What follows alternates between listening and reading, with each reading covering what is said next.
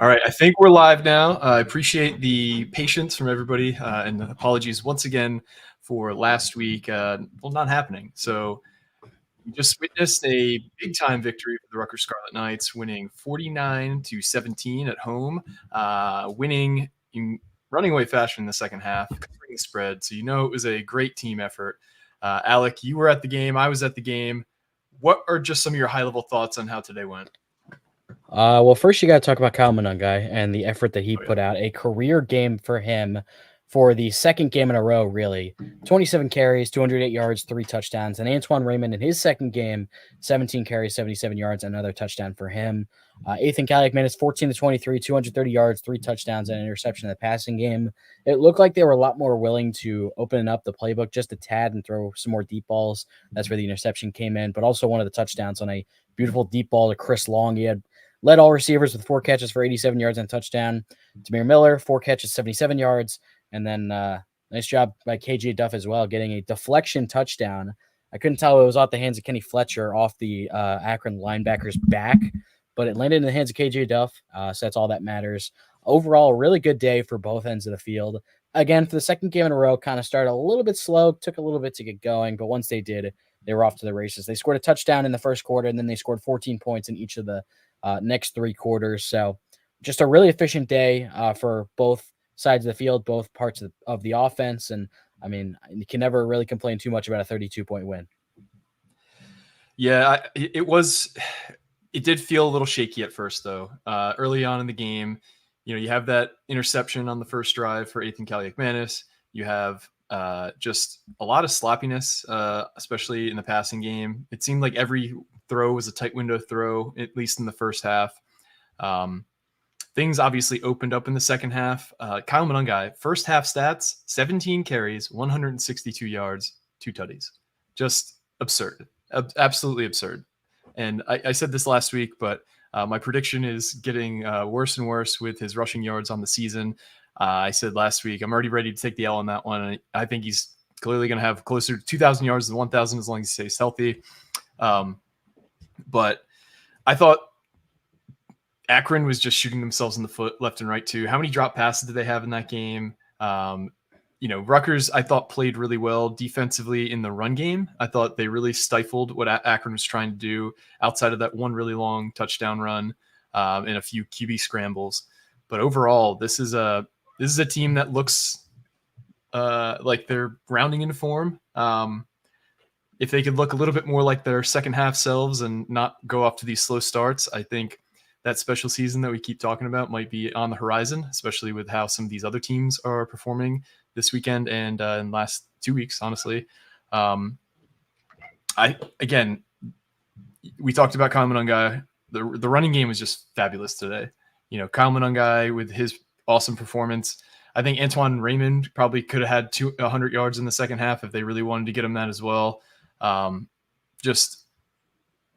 You have to kind of nitpick and when you blow a team out by 32. But overall, I thought they were pretty inconsistent in the first half. Second half, they really kind of found their groove and hit things pretty consistently on both the offensive and defensive side of the ball. Yeah, I mean, talk about shooting yourself in the foot too. Akron, 12 penalties for, if my math serves me correct, 67 yards. 4 of them being delay of game penalties. One of them was on a punt that it didn't seem like it was too much of a dire position, but 3 delay of game penalties on offense.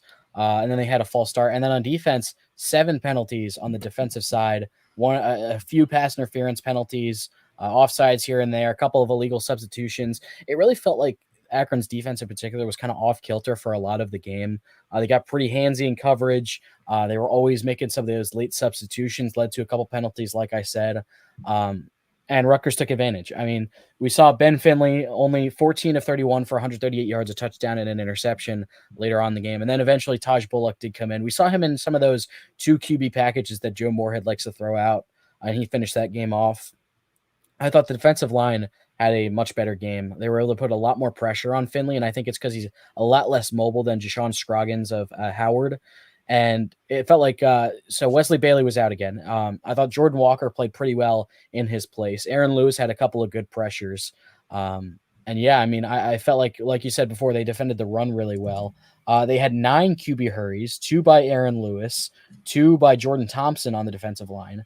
Daryl Jabome had 1, Keshawn Griffin had 1, Keontae Hamilton had 1, and then Zaire Angoy had 2, and Jordan Walker had 2 as well. So I thought it was a really good day for the defensive line. And then obviously the defensive backs had a pretty good day too.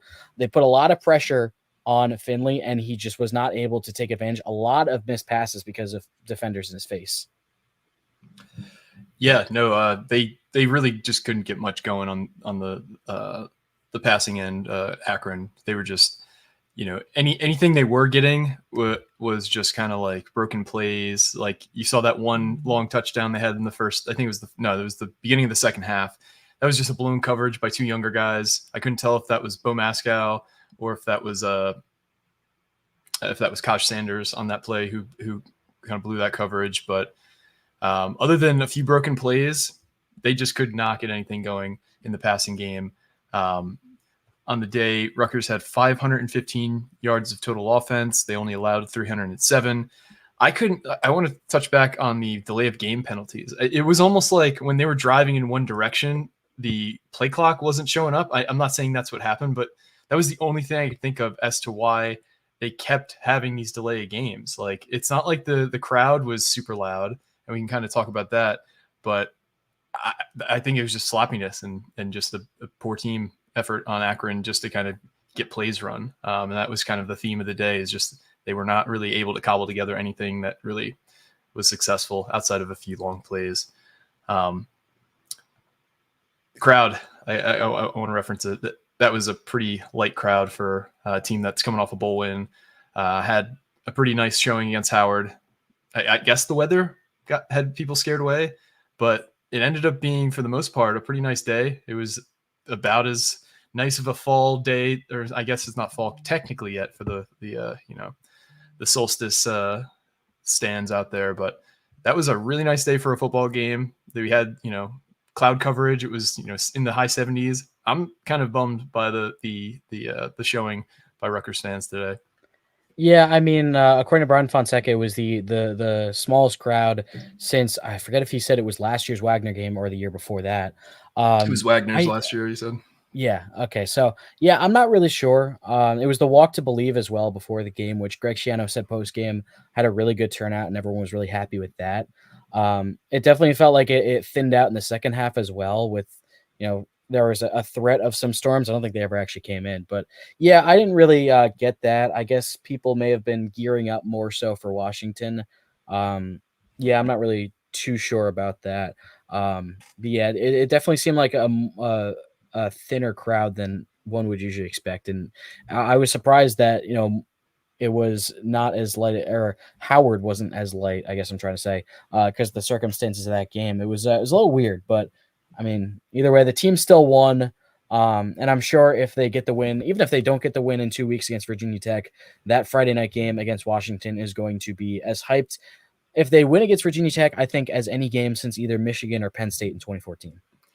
Totally agree. 2014 is definitely the season you go back to for the games that were really just outstanding crowds, at least the last ones. I was at both of those games, and there was a sizable Penn State and Michigan contingent at both, but those games were on par with like USF 2007 with Louisville 2006. Like, they were fantastic crowds, and there's just something different about night college football when it's actually a meaningful game. So really excited for the prospect of maybe having an undefeated season heading into that Washington game. I think the Virginia Tech game I was watching a good part of it. Virginia Tech looks terrible. The only points I think they had the last time I checked were from a punt return touchdown. I don't think they've crossed the 50, according to, well, I guess they are now. Somebody in the chat said they haven't crossed the 50, but they're currently at the Marshall 35. Looking through the chat here to see if there's any questions. Yeah, I thought one interesting stat they had on the broadcast, good call, Connor Bradley, the first 200-yard passer and 200-yard rusher in a Rutgers game since the International Bowl in 2008. That was when Ray Rice set the program record in rushing yards for a game with 280, and then I don't know how many yards Mike Teal had in that game, but it was over 200. Bobby Taccio, I think that's how you say it. Dymere Miller was a great pickup. Couldn't agree more. We were hyping him for a reason. This is a guy who just brings some stability and some senior leadership to a otherwise pretty young and inexperienced receiver room. Is there anything that Dymere did today that you really kind of blew you away, Alec? I thought he just found the right spots in the defense. I thought Ethan Kaliakmanis had a really good game with his accuracy. A couple of not so great throws, but for the most part, the intermediate plays were really on par and on target. Over the middle as well, another thing that we had been waiting to see that we saw last week. So yeah, I was very pleased with just how the passing game looked. And I had to follow up. Teal had 303 yards in that international bowl against Ball State. Wow.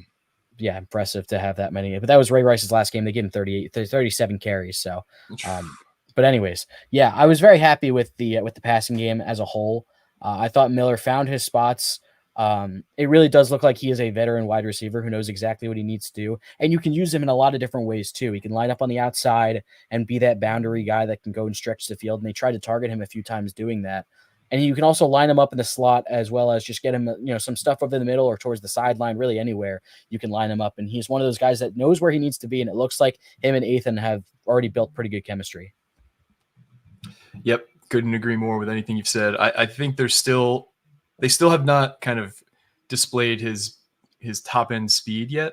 And I think I'm just waiting for that long touchdown. Cause if you watch his tape at Monmouth, he's just like, once he gets into open space, nobody's catching him. He's just kind of got that extra gear. YC by the Sea. Any insights on Sam Brown? Sam Brown, the surprise scratch today. He was on the injury report, is listed as out. I believe Schiano made some kind of comment, but also deferred to the injury report. Alec, you were at the press conference. What did Schiano have to say about Sam Brown? Yeah, he was asked about it. He said, the general, injuries, they happen. He said, you never know with injuries. He said he wouldn't get into it and just referred to the availability report. And then he said, we're just going to have to wait and see what his status is. So not too much revealing. Not sure what the injury was exactly, whether that's a re-aggravation of the injury that he had a couple of years ago that he's still recovering from, or if it was a different injury. We're not really sure. Schiano declined to say whether it was a long-term injury. He didn't say it was season-ending. His thing is now he'll say if it's season-ending, but he'll mostly refer to the availability report if it's not season-ending. So I guess we'll have to wait and see. It didn't sound like he was overly concerned, but also it didn't sound like he was, running to say that Sam Brown will be back in next game or whatever. So I guess I'll have to wait and see, like he said, until Virginia Tech. Wait until that availability report comes out, things like that. So not too much intel, but I thought the Rutgers running back room was in a good position with obviously Monangai and Antoine Raymond as well. Yeah, what a revelation Antoine Raymond's been. I mean, he's not doing anything really flashy out there. He just runs hard. He clearly is a super talented kid. Does all the things that you kind of hope to see out of a young back, and he has kind of good instincts. He has good vision. He could be the guy next year for all we know, or he could be in, timeshare with Sam Brown, assuming, he comes back and is healthy. Longer beams hit today was crazy. Cali, that was a huge hit. There was quite a few hospital balls thrown by the Akron quarterbacks. Kind of felt bad for some of those guys taking those shots. Just, I think 2 or 3 of them that were just like audible oohs and ahs from the crowd, which you never really want to see anybody get hurt. But that's kind of one of the reasons why you watch football is for those big collisions. Let's see here. What do we got? Feel free to keep throwing these questions in here, guys. We'll get to more coverage, but I wanted to make sure that we had people actually get answered. Sometimes we kind of forget about that. The stadium entrance process. Yeah, you can talk about it. Everybody's kind of mentioned it each game. It seems like they're still figuring stuff out. The bag policy, I think, is driving some people crazy. I think you have a lot of people that are still surprised that it takes a while to get into the stadium. It's not like a this year problem. That was like, it's been that way for a while now. If you want to get in on time, you got to build in that time to wait in line, unfortunately, until they decide to change the policy. Let's see. Del Mar of Fishing, thank you once again for the donation. How do you think Taj Billick felt today coming back home? He looked like someone ran over his dog after some of those plays. I mean, speaking from what Richie has told us and told you guys, this was a kid who wanted to come to Rutgers after he transferred from Virginia Tech, and it just didn't work out getting here. So I'm sure that it was doubly hard to just also get your cheeks clapped at the place you wanted to end up being at. Yeah, Alec, what do you think? Yeah, I mean, I think he was definitely playing hard, like you mentioned, for the school that he wanted to go to. Obviously, he didn't get the start at quarterback. He did get some run in some of those 2 quarterback sets, like I said before. Yep. It just didn't look like Rutgers was really phased at all. He was 3-3 for 13 yards in some of those final drives as the clock was just kind of running out. And then he also had 4 carries for 0 yards. I believe he got the ball on one of those really big losses. I forget who got the sack. I think it was Malcolm Ray who got the sack. I'm trying to remember if it was that play or another play. I think he got blown up in the backfield at one point. Yeah, they had some weird pitch looking thing, and it counted as a sack. Yep. Yeah. I thought I'm sure going into any game you're playing hard, but in this one in particular, it looked like he really wanted to get out there and play. I thought the Rutgers defense was just overwhelming though, and they definitely flexed their muscles at the line of scrimmage. And got to the quarterback very, very nicely. And I saw the comment about the Robert Longerbeam hit too. I mean, even in the press box, you could hear, like you said, Mike, a few oohs after that one. I mean, Richie and I were talking about it. That was a textbook tackle, and that's what you put on your NFL draft film, just a textbook defensive back tackle. Yeah, Longerbeam is really kind of elevating his play this year. I mean, it's not showing up with the flashy interceptions or pass breakups, but he is just really just such a solid stabilizing force on that side of the ball or that side of the field. He's just not getting challenged because teams know how good he is. Andy Soul asked on Twitter, does the 2 weeks off this early help the team or hurt them going into a big game? I think it's pretty easy. It's going to help them. It's going to help them get healthy. They have this momentum. I don't think they're going to lose it waiting a couple weeks to play at Virginia Tech. I think Virginia Tech is going to be hurt by playing 3 straight games because they don't really have time to kind of course correct. I mean, they're in a battle right now with Marshall. They had the Boo Birds out already. Like I said, I watched the first quarter and change. They had, interception, punt, I believe, to start the game. Let me just look at the box score. Sorry, they had a turnover on downs to start. Then they punted, then they punted, then they punted, then they punted, and they also had a punt return touchdown. So they've ended every one of their drives, offensive drives, with either a punt or a turnover so far in that game. So I think if they had a week off as well, I'd say it hurt. But given that Rutgers is trying to get back to full health and playing pretty well, I don't think it hurts them. What do you think, Alec? Yeah, I think it definitely helps them too, mostly because you get a whole week to prepare for Virginia Tech. And I've said this 2 before. weeks. Yeah, exactly. 2 weeks. The extra week as well. I've said this before, but I feel like Greg Schiano is one of those guys where if you give him an extra week to prepare, I trust him as much as anyone to go out and have his team at the best for that game. And Schiano also said something interesting in the pressers, kind of like an aside. He was asked about what the question said, what the bye week is. And he said something along the lines of, he was, so the question was, I'll just read it off. A little unique to have bye week after 2 games, but is it coming at a good time given how banged up you guys are coming out of camp and going into the season? He said it is. And then as kind of an aside to start off the question, he said that we may have 1 or 2 more today. So I don't know if that means the guys that were out today or if anyone else got actually banged up today. I guess we'll have to wait and see, but I think the bye week definitely helps because you give those guys an extra week where they're not given their all out in game action. I believe Virginia Tech has Alcorn State next week. And while that's not the strongest opponent, it's not a Power 5 opponent, it's still a game that you have to go out and give your all and win that game. So giving Rutgers an extra week, I think helps them from a physical standpoint and a mental one. Virginia Tech plays Old Dominion next week. Okay. Well, I guess my point stands even more then. In Old Dominion, I mean, they for whatever reason, Virginia Tech plays them every year, and it's a home and home. Old Dominion's won 2 of the last 4 against Virginia Tech. Marshall, the team they're playing today, has beat them last year. So it's not like these are like warm-up games for Virginia Tech. These are games that they've struggled with, and they, they're going to be in basically 4 straight dogfights. And Rutgers is going to come in nice and rested. For sure, I think it's an advantage in Rutgers' favor. Luca asked, do you think they're holding back on both sides of the ball with their calls until Virginia Tech / Washington? I definitely don't think that they have expanded the full playbook yet.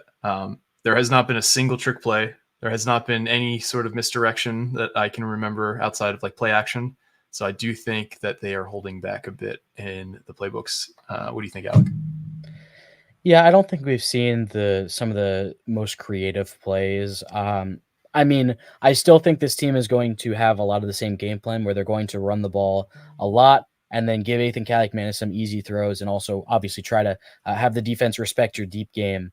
But especially on defense, I think they haven't brought out some of their more, I guess, expansive plays or explosive play calls, mostly because they haven't had a lot of their guys. Flip Dixon was back, and then he ended up coming out of the game as the game went on, just as kind of a precautionary thing, I would assume. He was questionable coming in. And then also to answer Callie's question, I don't think Eric Rogers came back into the game after he went into the 10. I believe he got hurt on the punt return. And he got called for a penalty too, which is never a great thing. But I don't think he ever came back into the game. It also remains to be seen if that was more of a precautionary thing with the game mostly out of reach. Maybe that was one of the things that Schiano was talking about when he said we had 1 or 2 more injuries. I guess once again, we don't know. We'll have to wait and see. But yeah, I think they were holding back a little bit. This game, I don't think they were holding back as much. I think their game plan is their game plan, but I think we'll see a little bit more on the defensive side than the offensive side in terms of expanding the playbook. Yep, I totally agree. Bobby also asked, do we see Duff staying at wide receiver, bulking up, playing at tight end?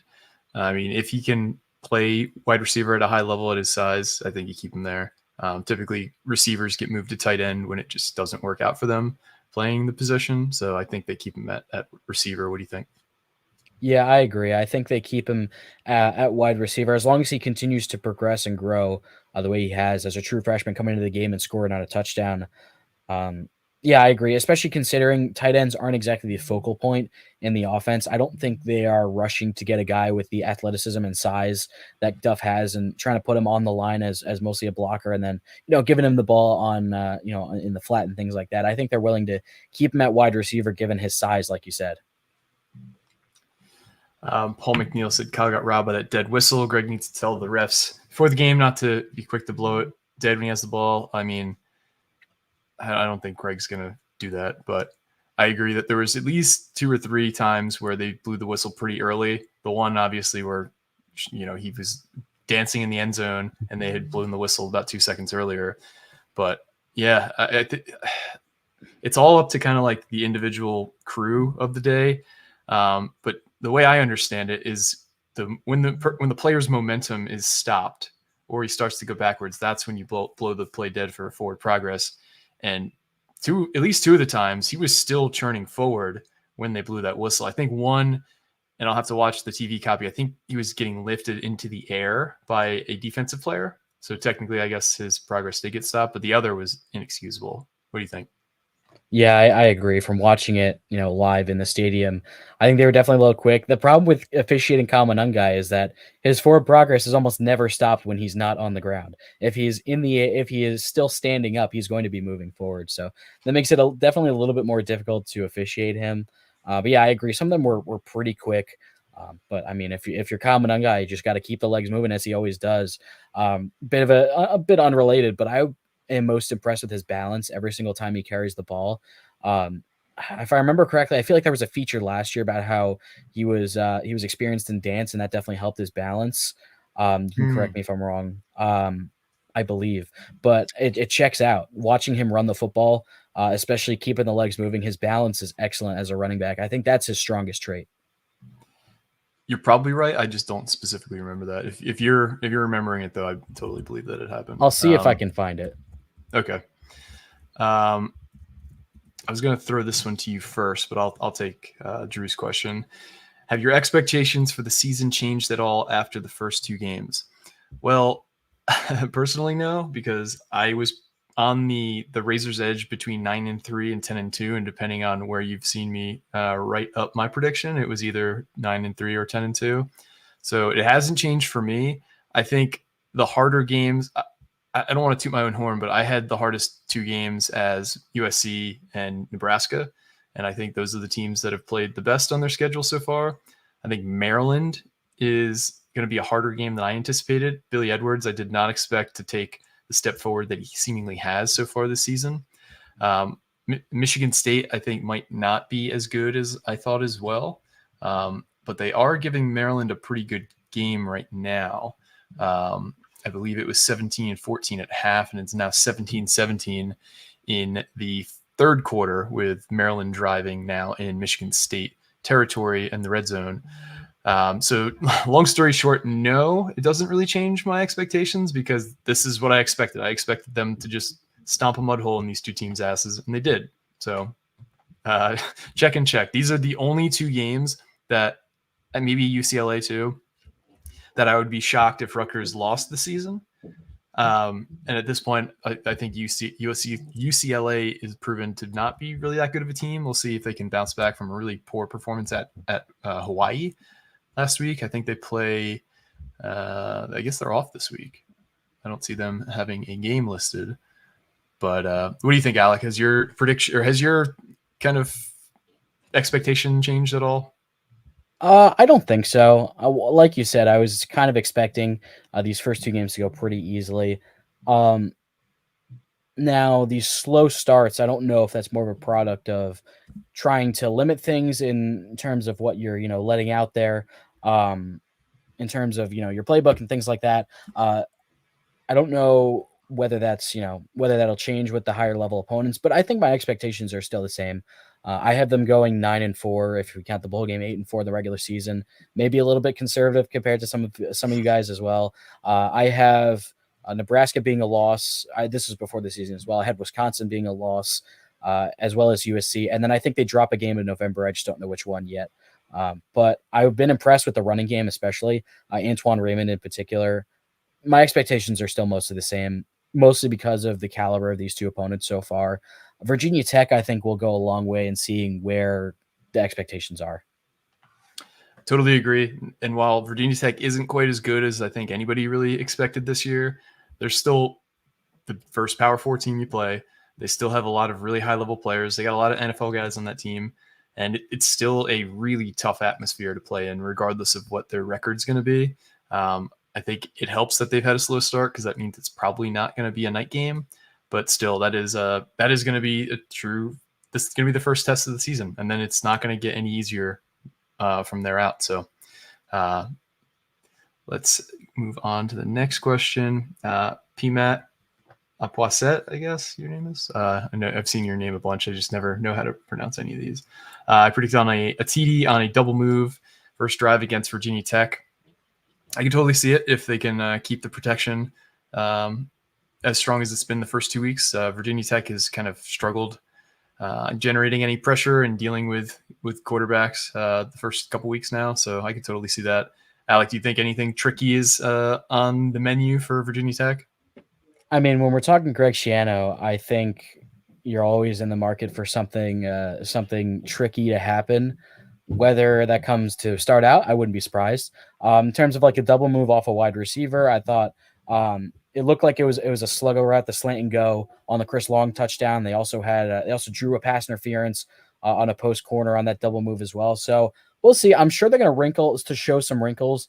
I wouldn't be surprised if we see like an end around or a reverse or something to Demir Miller, just because he's that explosive of a playmaker. I wouldn't be surprised to see it start out just as a, give Virginia Tech a punch in the mouth to start out the game. Yep, definitely. And PMATA, I also wanted to highlight this. Really appreciate your donation. Honor the birthplace. Hopeful for a memorable year. So grateful for all the content you guys provide each week. Really appreciate that. Thanks. I met quite a few people on the way to the lots today talking about the pod and how much they enjoyed it. So to anybody I met today, it was nice meeting you, and thanks for the kind words. Sky's Papa 72. The blown coverage for Akron's touchdown. What do you feel the reason this could happen? That looked like they were motioning some receivers, and probably there was a switch off that didn't happen amongst some young players. They'll get that cleaned up for sure. What do you think the reason was behind that, Alec? Yeah, I rewatched the play. I saw it happen obviously in real time, and then I watched back on the replay. From what I could see, at least, it looked like, I think it was Loyal and Rogers. Maybe I could be misrepresenting the players. It looked like the safety, which I think was Loyal, whichever it was the safety and the cornerback.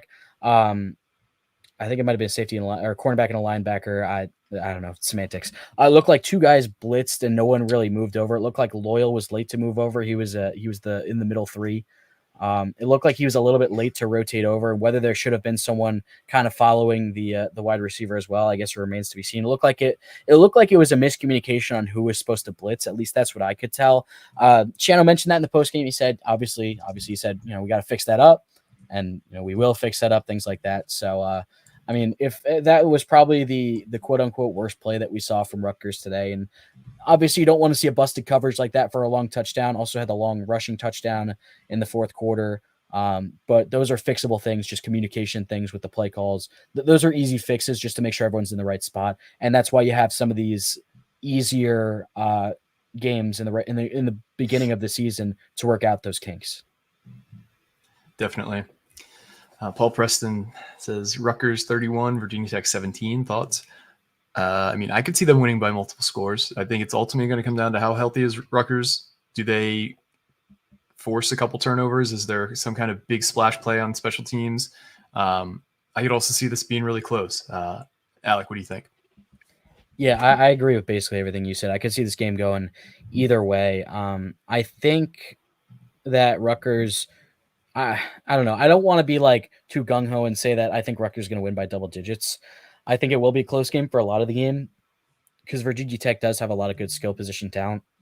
But I think Rutgers eventually pulls away because of the edge on the line of scrimmage. And also, I did find it. It was on the Big Ten Network's The Journey show. They talked a lot about how Kyle Monangai loved dancing when he was a kid and into high school. And obviously, we've seen him in the locker room at Rutgers. So I did find what I was talking about. But yeah, I could really see that kind of score happening. Like you said, it could just be like a close game throughout. Rutgers gets a bit of an edge. And then there's just a big play or something that springs free and Rutgers takes a 2-position lead. There's a lot of different ways this could happen. I could see it being close, or I could see it being a score like that as well. I don't think it's a blowout either way. I think these teams are too evenly matched talent-wise for that to happen, but I think it'll be within 2 touchdowns, whoever wins.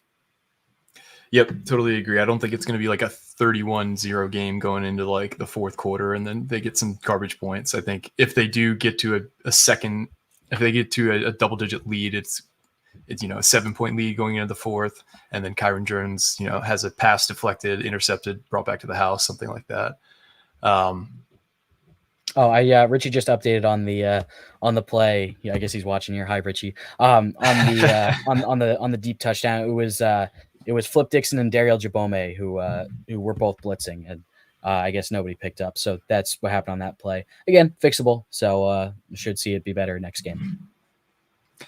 Yeah, like one guy coming off an injury, one guy who's still kind of finding his feet underneath him. As good as he did look against Howard, Jabome was a lot less loud today. But as Greg says, progress is not always linear.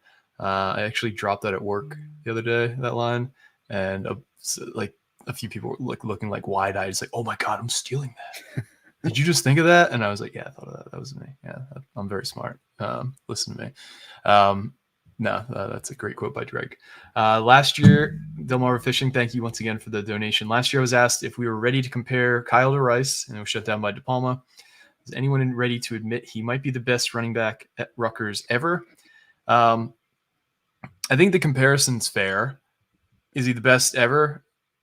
No. I think you would have to really have I think you would have to have over 2,000 yards rushing to even be in the conversation.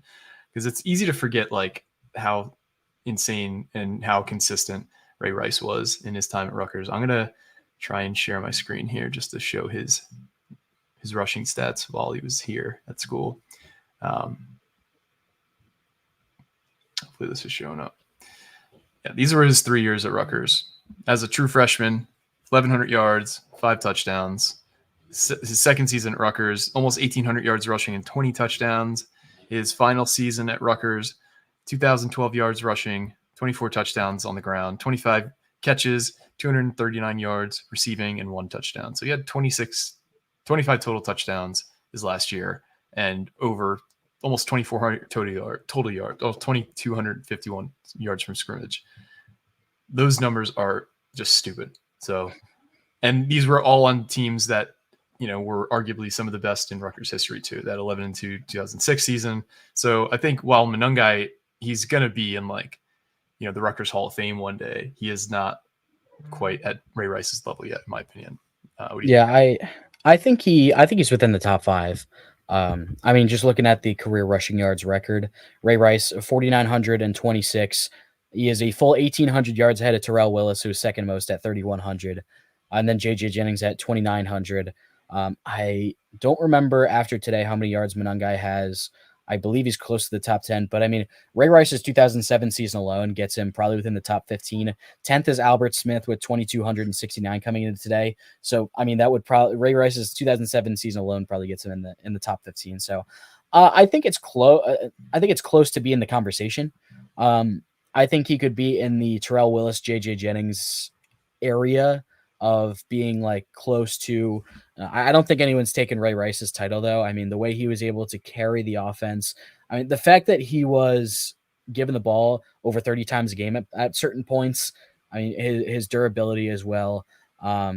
I believe Monangai is in 9th right now. I'll check on that. I think it's a good debate to have. I mean, the guy led the Big Ten Conference in rushing, one of the premier rushing conferences who thrives on physicality, especially considering he has helped lead the rejuvenation of this program.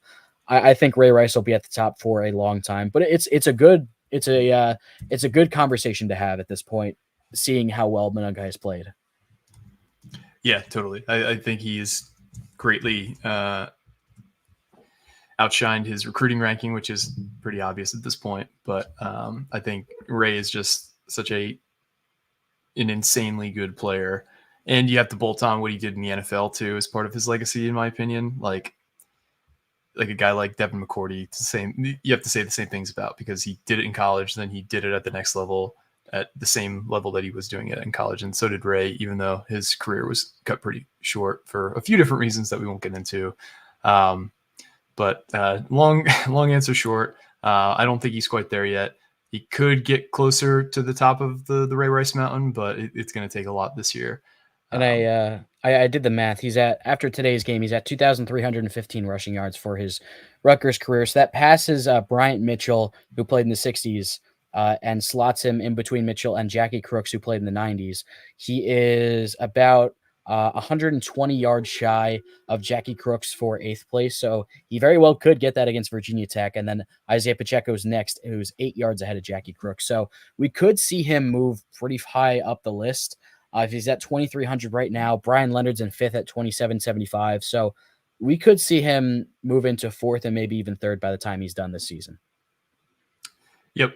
Totally agree. That's very attainable for Kyle this season if things continue to go as well as they have been. Watch me work. Why is Christian Dremel not playing at wide receiver? Great question. I'm a little surprised myself that he's not playing more. Alec, do you have any kind of thoughts on Dremel? Yeah, it's interesting to see because they still have him on the return team. I'm trying to look back at the availability report from today, trying to remember if if Dremel was on there, because he was questionable last week. He was not on it this week, so he was fully healthy. I guess they like where they're at right now with Chris Long, Ian Strong, and Demir Miller, just 3 guys that can really stretch the field and give you a lot down the field. And I guess they kind of like where they're at right now. I will say he did fully change his number. He now wears number 80 full time. He finally has a nameplate with number 80 on it. I did find it interesting when the second team came in the 4th quarter. He did get in a drive or two. So I don't know if he has fallen down the pecking order at wide receiver or if they're just trying to get him fully ready. He was questionable last week. He was not this week. So I don't really know. I guess we'll see against Virginia Tech. Again, these two games are kind of like tune-up games, kind of like preseason games, so we'll have to wait and see. Yeah, I wonder if they decided to permanently change his number due to, in part, watching Virginia Tech tape, because Virginia Tech week 1, they were getting a punt from Vanderbilt after Vanderbilt committed a false start on a long field goal attempt. They had Ali Jennings back for the punt return, but they also had their linebacker, I think his last name is Lawson, who's number 0. He's like their best defensive player. Dedrick Lawson, I think his name is. Yep. So they're both on the field at the same time because they were playing like they had like a defensive alignment, so they didn't have like their regular special teams crew out, but they had the punt returner back deep. They get penalized after Vandy knocks themselves out of field goal range because they have 2 players with the same number on the field, which I don't think I've ever heard called as a penalty, but it's valid. And so Vanderbilt gets 5 yards back, and then they attempt a long field goal and hit it, and that's ultimately what decided them going into overtime, and then Virginia Tech ended up losing. So I guess they just didn't want to have that situation also happen. At least that's my hypothesis on this. I'm sure it happened elsewhere, but it would make sense. I also feel bad for whoever had to change Dremel's jersey out every single possession. I take the jersey off. I'm sure with the pads that is a heck of a job. But yeah, he's number 80, I guess, permanently now, because did have a nameplate on the back, so I guess this is a permanent change. He didn't have a catch, so I wonder what we'll see from him against Virginia Tech.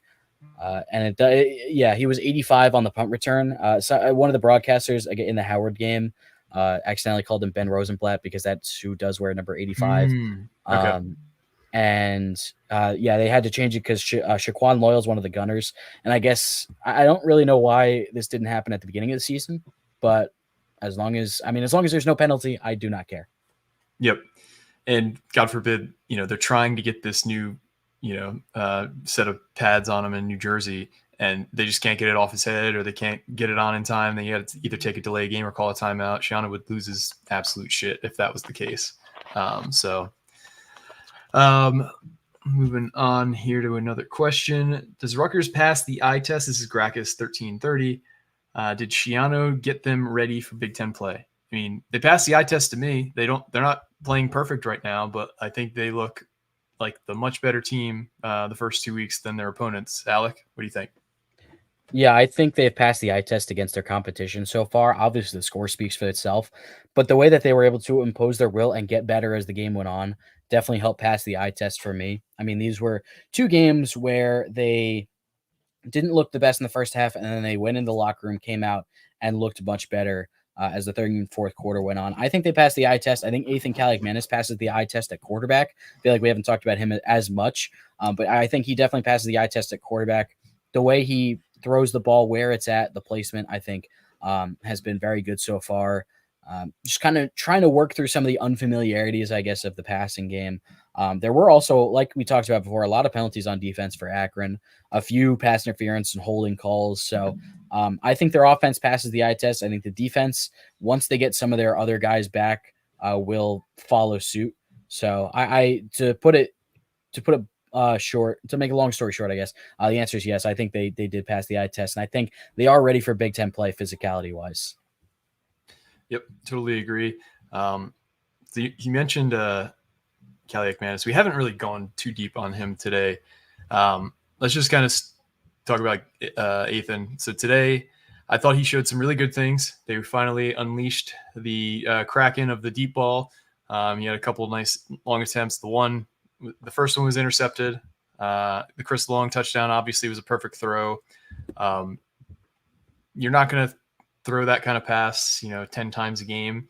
But if you can connect on 3 of those maybe each game, that is going to be huge for the offense, because I can probably think on like one hand the amount of passes we completed that had like over 20 air yards last year. So it was good to see that. I do think that there were some arm strength limitations, or maybe they were just bad throws. There were a few that he skipped that were just, from like hash to hash. They weren't long in terms of like completions and in terms of yards. Like it was probably like a 9-yard pass by the books, but when you actually look at where he was throwing the ball from and to, it was probably more like a 45-yard throw. So that was a little concerning, because those are throws that as much as we have criticized, Gavin Wims in the past, those are throws that he was able to make from an arm strength perspective. So I do think you got to take some of the good with the bad. I don't think Ethan has as strong of an arm as Gavin's, but I think he knows how to use his arm a lot better in terms of layering throws, in terms of throwing guys open, in terms of hitting guys in stride, even, throwing balls to protect his receiver from a big hit, on a slant. When you're trying to get 7 yards, he'll throw it low. So, the worst that can happen is the guy gets hit in the back and he's not getting decleated, or, hit right in the sternum. What about you? What's your kind of thoughts on how Ethan's play has been, both in the good and the bad so far? Yeah, I think you hit it right on the head with just the placement. And I agree. He definitely skipped a few passes, and I think that's a bit of an adjustment. But I think that I think he knows exactly where he needs to put the ball. There were a couple ones, like there was one to Demir Miller where he found him on the sideline, and if near the sideline, and if it's a little bit more on target and there's a little bit more oomph to it, he maybe takes it farther up, turns upfield. But it was a bit of a low and behind throw, so we had to kind of reach down for it and just kind of go on the ground.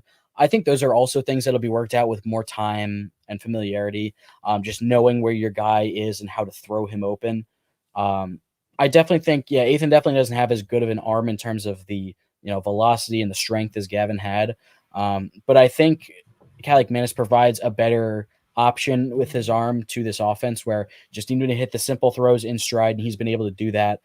Throw again some crossing routes. He knows where to put the ball right on the hands. He can do it. So he is a bit limited in the arm department, definitely. But I feel like the way he is able to throw guys open and just get it where they need to be is definitely a plus. Yep. Totally agree. And I thought it was interesting. They didn't really run him at all today either.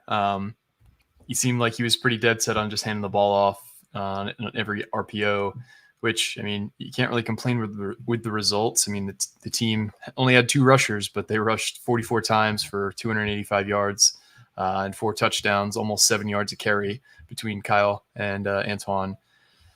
But I think they'll probably utilize him as a runner later in the season more, in kind of, do or die situations where you might not always want to put your quarterback in harm's way. I think there was a few times against Howard where he took some shots that were a little unnecessary.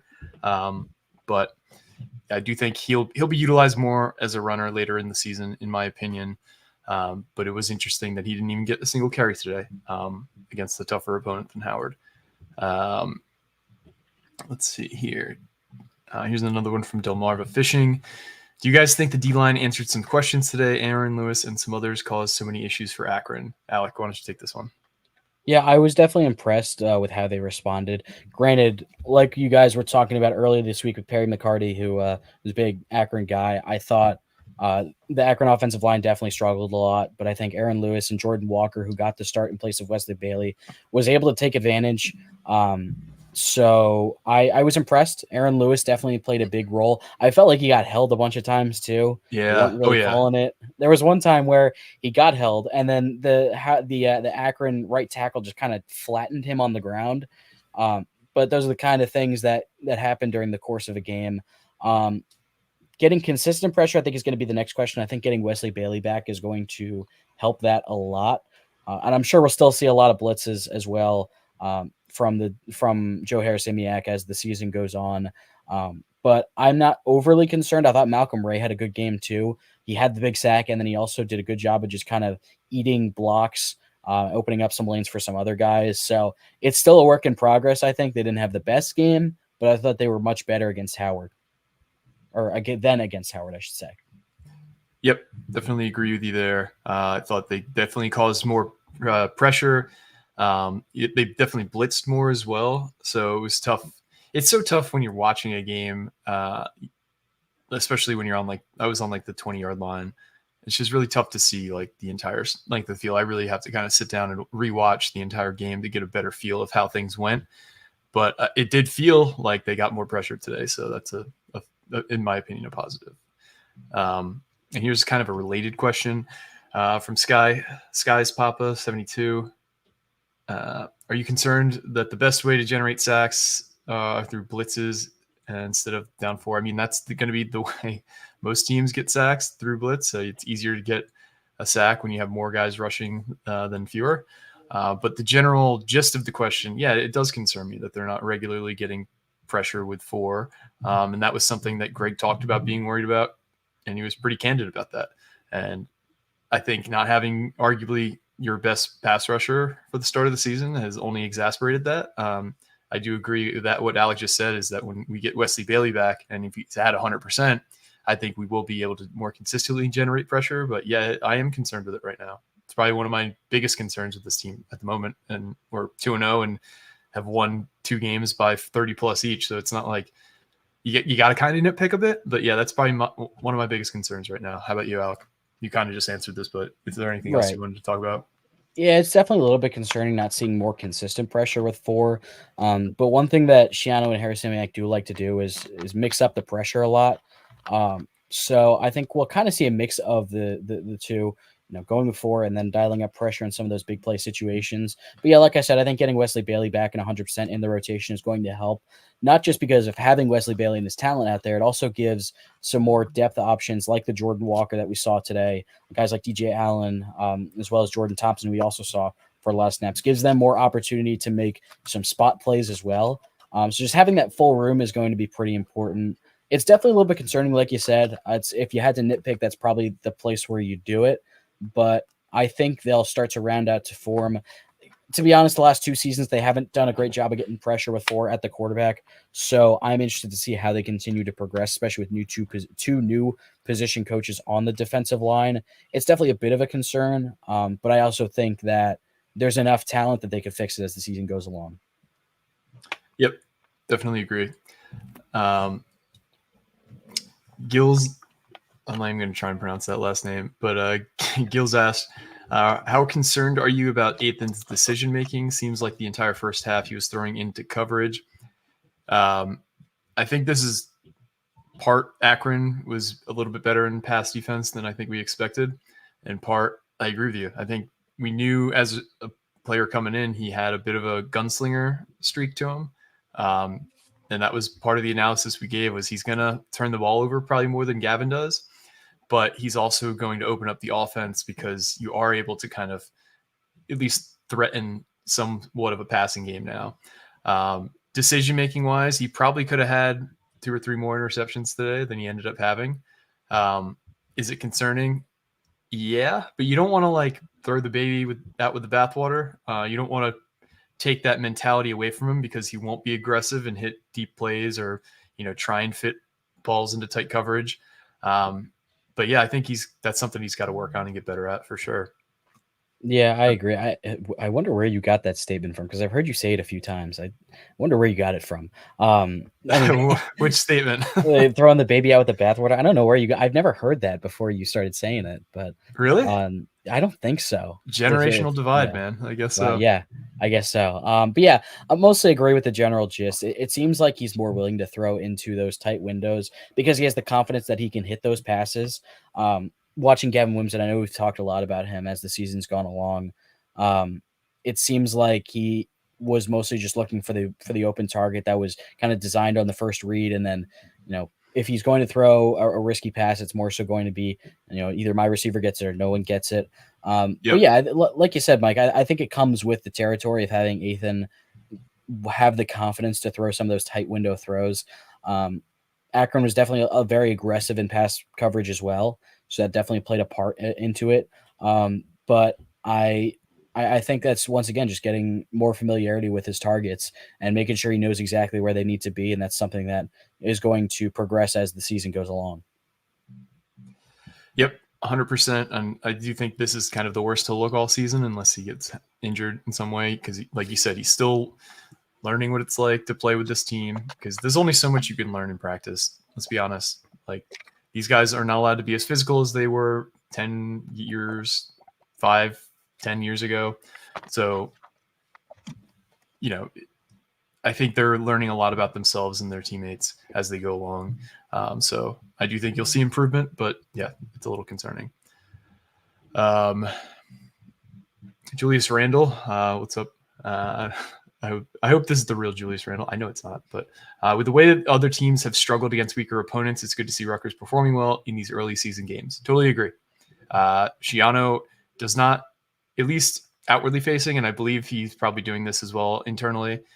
He is always all about the we're only worried about going 1-0 this week. I forget who asked him a question in a presser a few weeks ago about playing Howard, then playing Akron, and then you get a nice bye before Virginia Tech. Is that like something that you're excited about? He's like, we're only focused on going 1-0 against Howard, and that kind of shit sounds cheesy and it sounds fake, but I think everybody has bought into that idea in the program.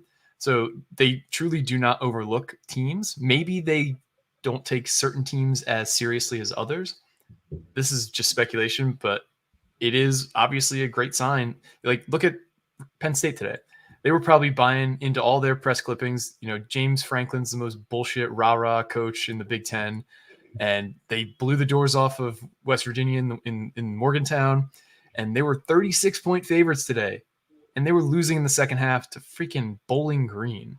They ended up winning by 7, but that kind of stuff I don't think you'll see out of Rutgers this year. Yeah, I thought, as an aside, I thought that line was a little bit rich. Bowling Green's, I think, a solid team, but yeah, on the Rutgers side, I mean, everyone always says, every single player and coach that you'll talk to, they always say they live in the present and stay where your feet are. That's the mantra within the program. Chop the moment. He even brought out the full going 1-0 in the Akron season. Schiano did postgame today. I think everyone lives by that and has it in their heads, and it is really good to see. Especially, I mean, you talk about Virginia Tech losing to Vanderbilt and then not looking the strongest against Marshall. I mean, it's a little bit of a difference. It's just good to see them really take these opponents seriously and just get the job done game in, game out through these first 2 weeks. Yep. Sean Williams asked, is this the most talented team since 2011? Probably, I guess. There's a few talented teams. I thought 2012, I think that's what you mean, because 2011, I think was whatever Flood's first year was probably the last. 2012 was his first year. Yep. So I think it's probably the best team since then. What do you think, Alec? I mean, it's close. There's obviously a discussion to be had. I mean, just to, refresh. I mean, the 2011 and 2012 teams, those were some really talented teams. There was a ton of next level guys that came in and got developed. A lot of good guys. I don't know if there's as much pro talent. I mean, obviously, looking in hindsight, we were able to see the pro talent that was on that team. I mean, in 2011, had 1, 2, 3, 4, 5, 6, 7, 8, 9, 10, 11, 12, 13, 14, 15, 16 guys that played in the NFL. And then, I mean, that was Schiano's last year. 2012, 1, 2, 3, 4, 5, 6, 7, 8, 9, 10, 11, 12, 13, 14, 15, 16. So mostly the same number. I think it's a conversation to be had. Do I think there's as much NFL next level talent on this roster as that era? I'm going to say no, but in terms of talent in the Big Ten, I think it's close at the very least. Yep. So we've gone for about an hour now. If anyone has any other questions, feel free to drop them in the chat.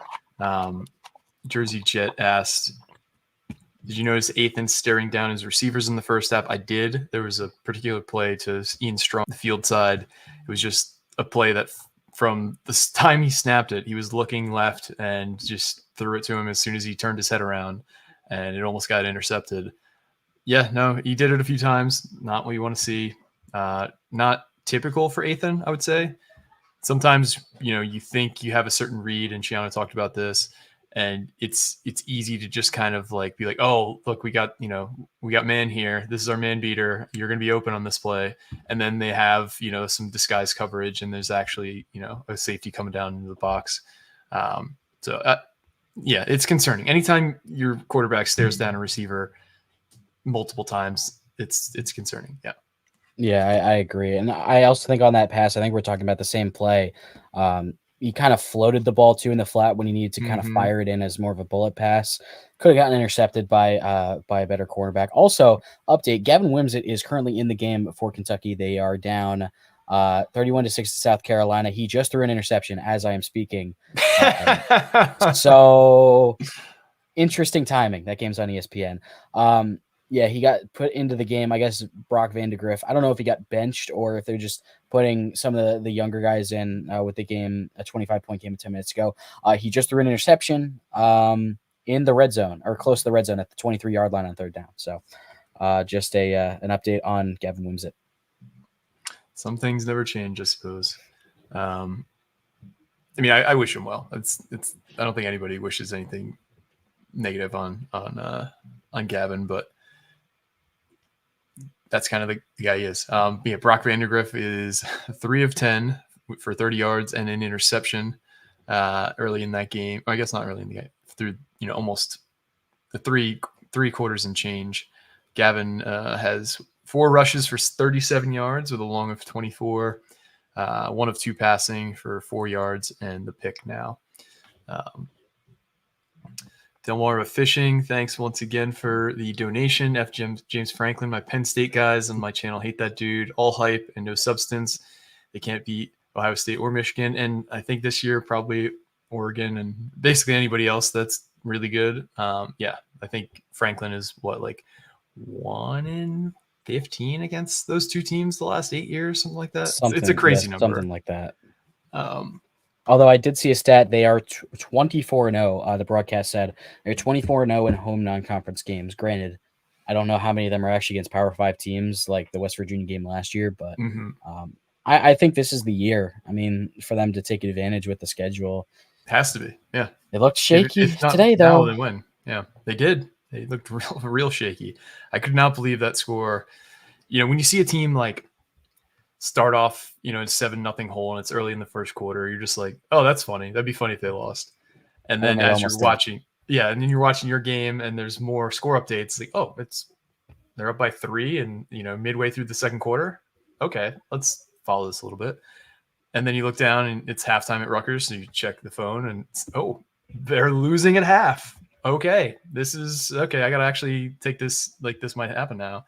And the third quarter, they're still losing.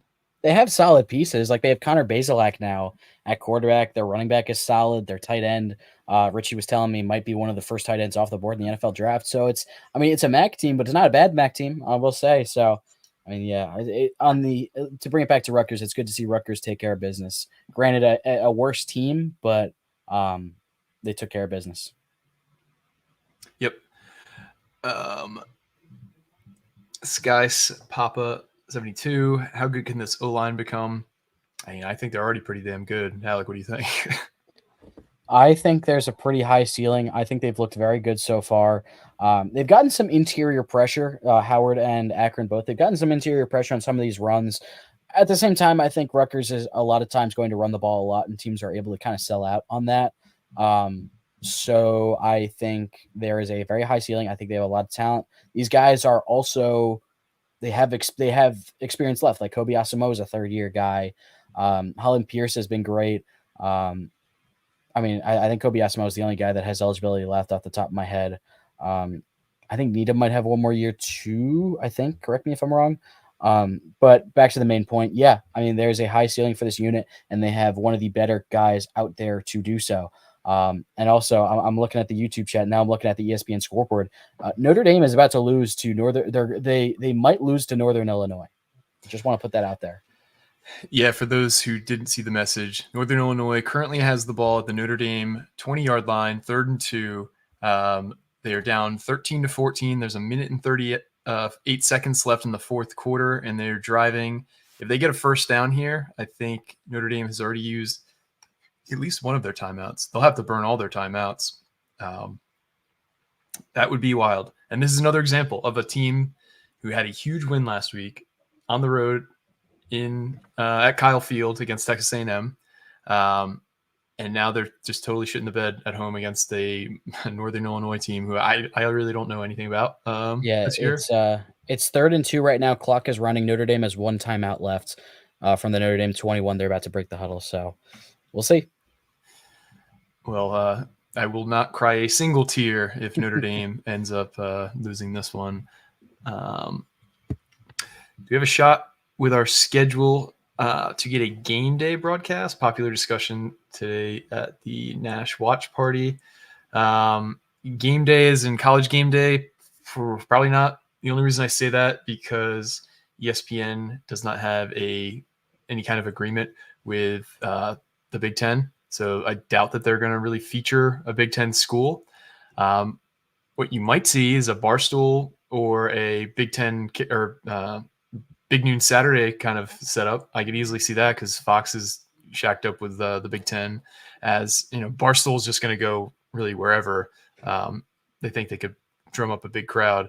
I think TJ Hitchings, I think, said on the Scarlet Faithful when he joined Aaron Brightman this past week that Barstool actively tries to go to schools that they've never been to before during the season.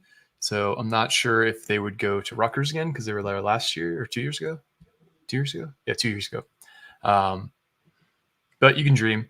I think there's a chance there could be for the right kind of atmosphere. It's tough because like the Friday game, they're not going to come for against Washington. Then you play at Nebraska. If Rutgers is undefeated through the Nebraska game, yes, I think we are very much in the discussion to have some kind of big event for the following weekend, which will be a home game against Wisconsin on the 12th of October. So that would be the date I would look out for if things go well. Yeah, me too. The problem is game day is not going to, you talked about this before, game day is not going to go to a game that they're not airing. And unless it is like far and away game of the year, decade, whatever. So it's tough. I've talked about this with some of my friends a lot. We talked about it. Richie and I were talking about it earlier today. I agree. We could see the Big Ten kickoff show as well. In some of those, I would say Wisconsin. Right. I would say Wisconsin. If Rutgers if they have one or fewer losses, I think the Big Ten kickoff show would come to Piscataway. Also, Northern Illinois just ran for 2 yards straight forward. It's near the marker, but Notre Dame has no timeouts, and the play clock or the game clock is under 40 seconds, so I don't think it matters. Ooh, is that setting up a potential walk-off kick here? I think so. It looks like it. All right. I need to get a second I have it, or something. I have it on my other monitor right now. I'm prepared. So Alec will be on the call here live for you guys in the chat. I was on the call last night for a game of the year in Big Central High School football between Bridgewater Raritan and Piscataway. Man, I miss doing play-by-play. I know it's off topic, but man, I miss it. Well, you do it where you basically can. You do, the Jersey Shore Basketball Summer League. So if anyone's looking for a play-by-play guy, Alec is your man for anything from, high school sports to college sports. Alec's your guy. So, and he's really good at it. So, thank you, Mike. Has Duff been that good through camp? I mean, Duff's flashed from what I've heard, but I think I think the receiver room in general is just a very talented group.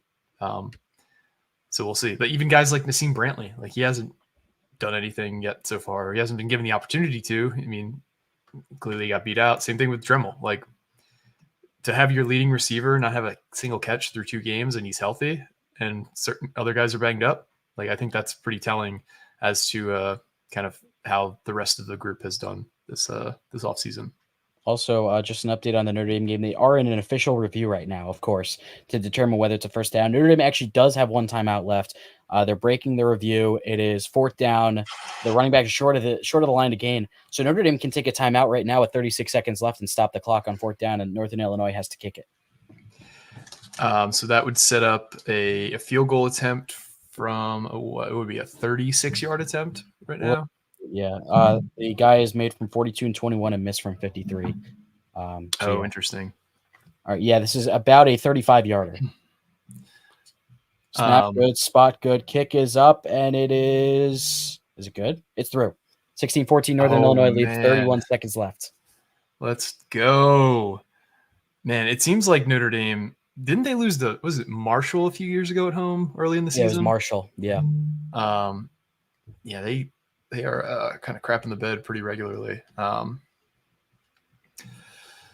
So that's awesome. I hope this holds up. Maybe we'll stick around at least for the end of this game. like, once again, feel free to drop any other questions you guys have in the chat.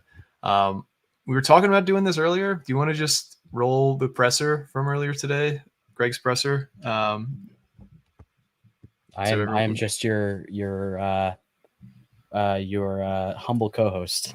All right, let's do it. So I am going to share the Schiano presser, and I hope you guys can hear him well, and we'll just kind of stop it if there's anything interesting, or I think there's anything interesting. But here we go. Guys, thanks for coming out and covering the team. Appreciate you doing that. You can hear me ask a question too. I was really proud of our guys. I thought they chopped through our big thing was we got to chop the moment. We can't let anything that happens in the past or any concern about the future get in the way. And I thought we did that. I was really going into the game. I thought they did a great job defensively. Their scheme, their guys, their players. And, it took a little while to get it going. But our guys that's what chopping is. Just keep doing it and it'll work. And I was pleased as a team we did that because there wasn't anything easy. Everything was earned. But hats off to Akron. And it's good to be 1-0 in the Akron season. So I'll open it up. Rick, second start for Ethan. How do you think he fared, and how do you think he fared in the passing game as well? I thought he did well. I thought he got hit on the interception and kind of affected the throw. I thought our receivers did a good job. I thought they ran better routes this week than a week ago. They fought for the ball better with better extension. So it's a work in progress for sure. But we have some really good young receivers, and then we have some older guys as well. So I like the mix. Chris Long had that great touchdown catch. He's had an interesting story here, right? Battling back from some injuries. What made him stand out this summer to get him back kind of in the starting role and get things going again? Well, you're right. Chris has had a bumpy road for sure. And, we've had a lot of serious, good talks over the years. But he just made a decision that he was going to, it could be discouraging, right? When all those things keep happening to you. And he just made up his mind that he was going to come back and give it everything he had with no regrets and see where the chips fall. And I'm happy for him that he's having success. 200-yard day for Kyle. I mean, I'm probably running out of adjectives for him at this point. I mean, does anything about what he's able to do surprise you at this point anymore? No, I mean, he is a really patient runner, has great vision, and then when he decides to go, he's violent. I mean, he gonna go. I thought our offensive line, I think they're just getting better and better every week. They're working at it in practice. Our pad level's a little bit better every week. And, that's, when you get tired, your pad level starts to come up. So it's part conditioning, it's part technique, but it's a good mix, that line. And they take care of him. I mean, that's their guy. So, yeah, it's good stuff. Between Chris Long's long touchdown, a couple of, deep passes to Dymere Miller, were you encouraged with your offense's ability to kind of stretch the field today and what they put on tape? Yeah. I mean, it's like I told you last week, we had a couple called and they just, sometimes the coverage is such that you're not going to do it. You're not going to force it. Today we got some looks that were more favorable. And I think the long one to Chris, that ball was in the air, maybe 45 yards. I mean, that was a jet. So sure. I call it flyover yards. You fly over a lot of problems when you make those kind of plays. You don't get holding penalties. You don't get illegal procedures. You don't get TFLs, right? And you just go flying over it. So when you can do that, it's helpful for sure. Ben Finley only threw for 138 yards today. What do you think was working for the defense against the air game? Well, I thought the D-line, supplied pressure, which is always the most important thing, right? If you can put pressure on the quarterback.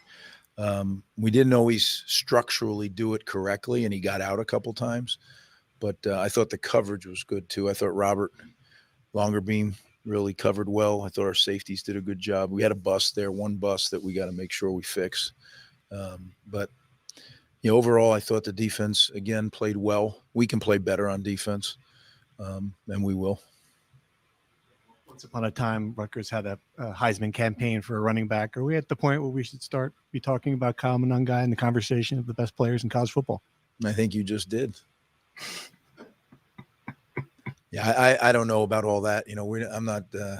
I'm not really into that, and Kyle isn't into that. But you're right. I mean, if he continues to play at a level like he is, then I think that stuff takes care of itself. Really, I know this. Winning games is a huge contributing factor to that as well. So as a team, we need to continue to improve and win games. Coach, after halftime, they come out, opening drive, they score a touchdown. However, you guys answer with a touchdown of your own. 6 plays, 75 yards, 6-minute drive. What does that say essentially about the resiliency of this team and just what type of confidence does that build in your offense?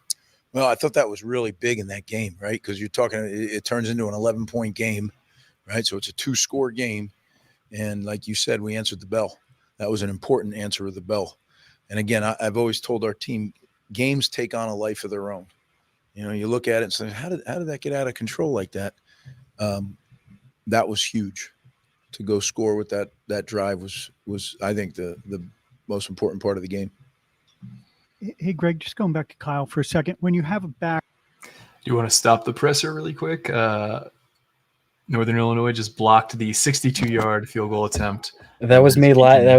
That was me live reacting in the YouTube chat. That was unbelievable. I thought they were going to get it done, but Notre Dame goes down to Northern Illinois, 16-14 final score. 62-yard field goal. Riley Leonard was rolling out to his right and missed in the flat to his tight end. That probably would have gained about 7 yards or so, and that was the difference. Wow. Brutal way to lose, but I will not cry any tears tonight for Notre Dame, that's for sure. Anyways, back to Greg. who can not only get you the tough yards, but get you the big chunk yards when those opportunities arise. How important is that for an offense to have a back who can do that? Yeah, I think, again, explosive plays are critically important, right? Because, like I said, if you have to have a 16-play drive to score, you almost have to be perfect. And none of us are perfect. So when you get those chunk plays, whether it's flyover yards or it's big runs like Kyle has supplied at times, it's hugely important to your overall success as an offense. Obviously, a little unique to have a bye week after 2 games, but is it coming at a fortuitous time given how banged up you guys were? Obviously, coming out of camp and guys are still dealing with some ailments here and there. Yeah, it is. And we may have 1 or 2 more today. So we'll continue to work it. But, the way we operate is that's part of football. And we know that. We have a great medical staff here that I think the best in America.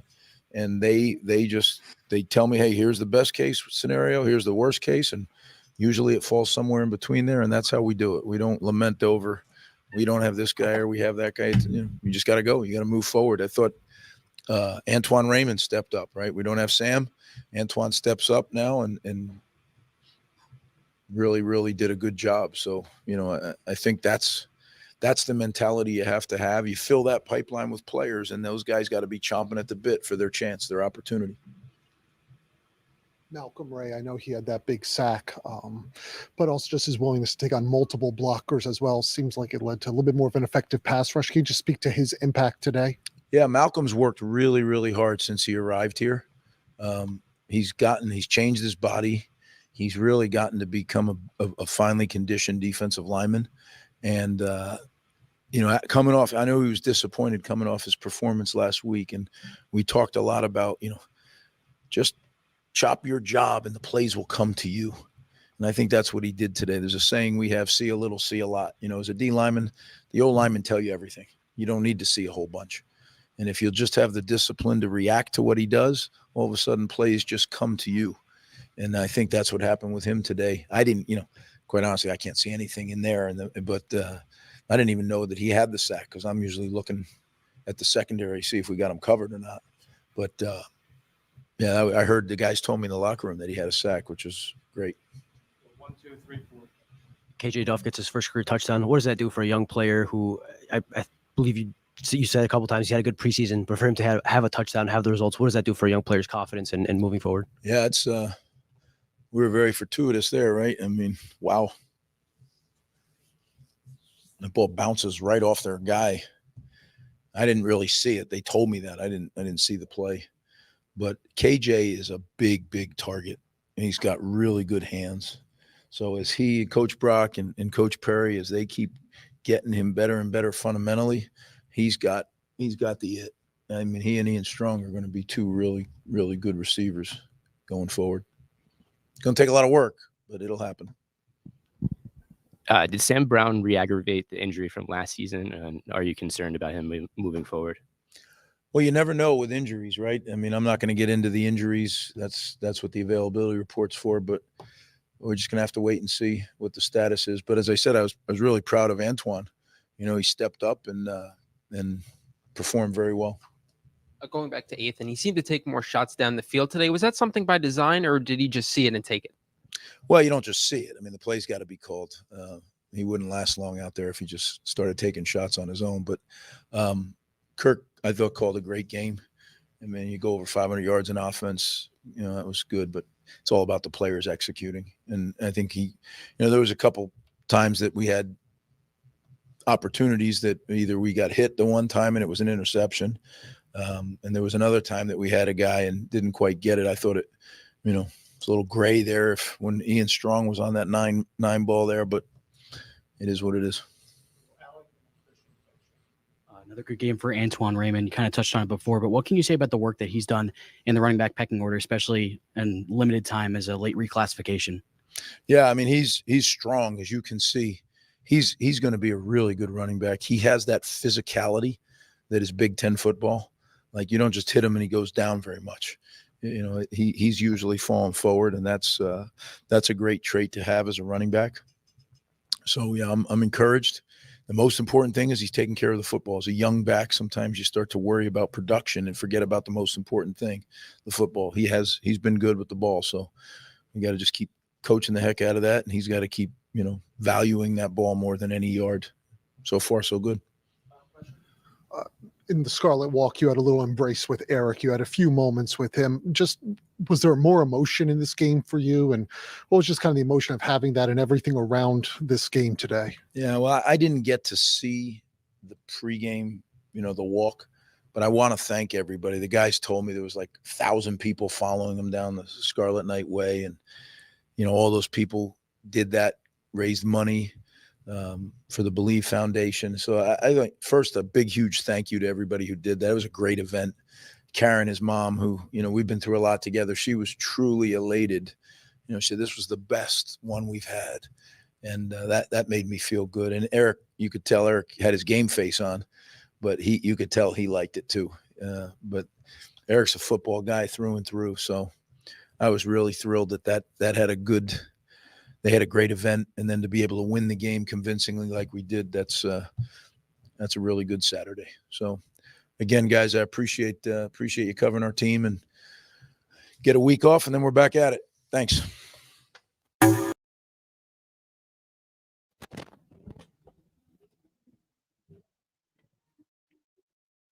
Mike, you're muted.